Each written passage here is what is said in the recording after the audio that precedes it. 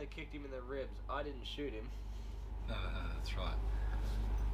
Hey everyone, welcome to another episode of Rangaandchow. How are we all? Cheers. Alright, so today... Thank you for subscribing, by the way. If you want to click on that little red button down there, we'd appreciate it. Just for clarification, we're not just thanking you for subscribing today. I was going to say today, Ranga has a topic, but you're right, yeah, subscribe everybody and like us and share. Why not? So, okay, here's the topic today. The relationship between wealth and happiness, or poverty and happiness.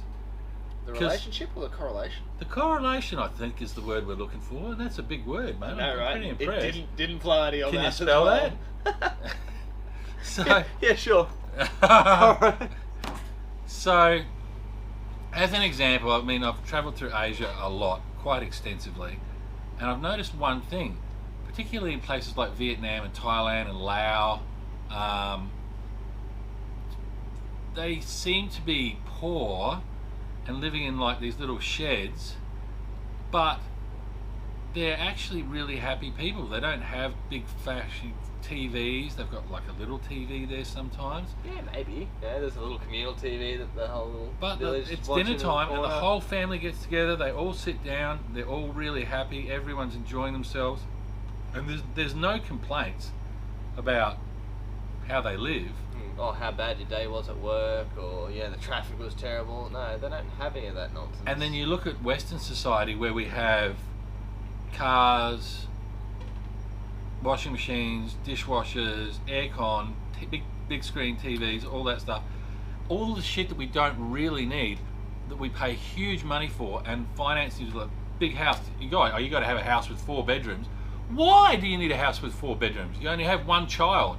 More to You the know point, what I mean? you've got to have a house with 4 bedrooms, and it's got to be brand new.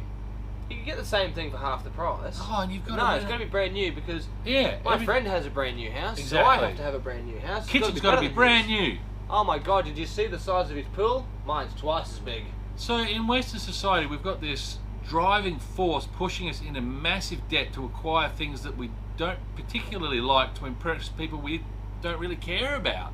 It's just So- that we don't need, and God, you look at the studies, the amount of the time that we keep possessions before they hit landfill, and the amount of items that we purchase in our life before that will hit landfill.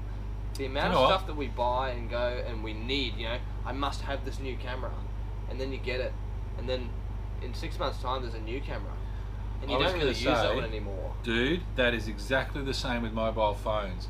Everyone has to have the latest fucking phone, you know what And I they're mean? just disposable.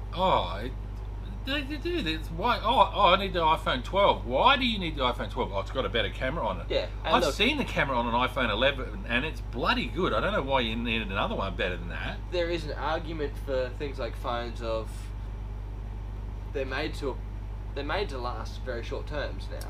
Yeah. So you may have a really decent iPhone 6 and it'll last you through to the current stages of iPhone 12, but it's now at its limits. It's starting to slow down. And it doesn't have the hard can't- drive space. Yeah. Yeah, And it doesn't yeah. have the firmware to be able to update to the latest software. Like they put limitations on these devices. So Listen you to have Chow to talking about firmware. He's so IT literate. Ugh. It's not the firmware. I was you worry impressed about, by the it's firmware. the hardware.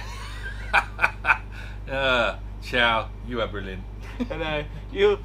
Some people might mistake me for being somewhat intellectual because I occasionally throw in a big word or speak about things in depth. Not. Really not.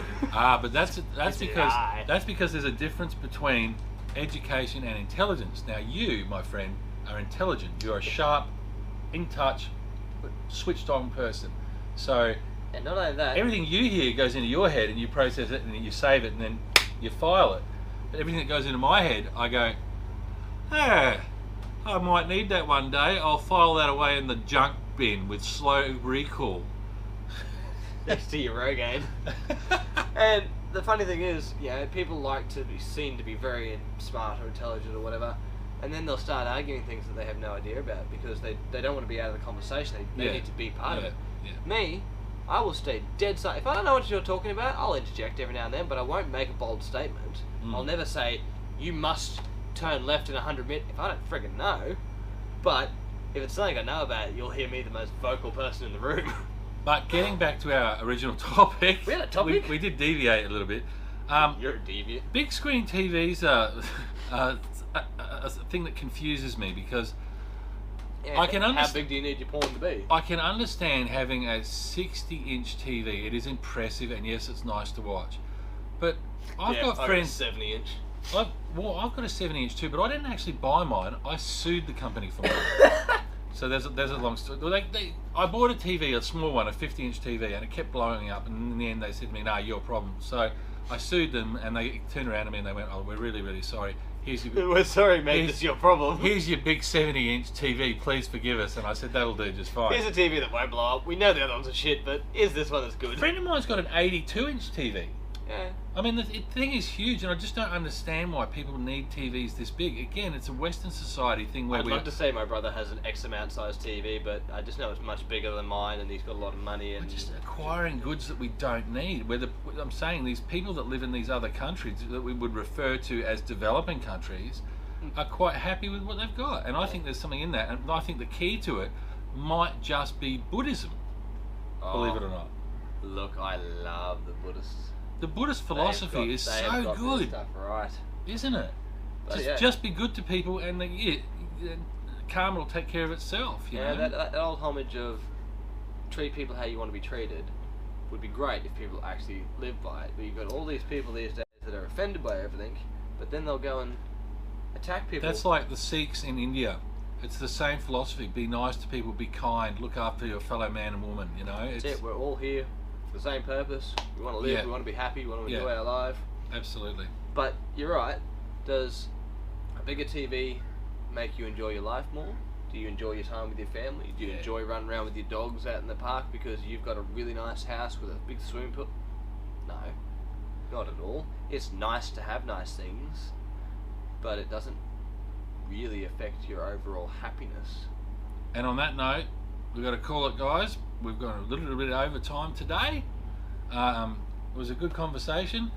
Please subscribe. It helps us along. Leave us a comment if you want. Ask a question even. Click the like button. We love you. Don't forget to click on the little bell for notifications.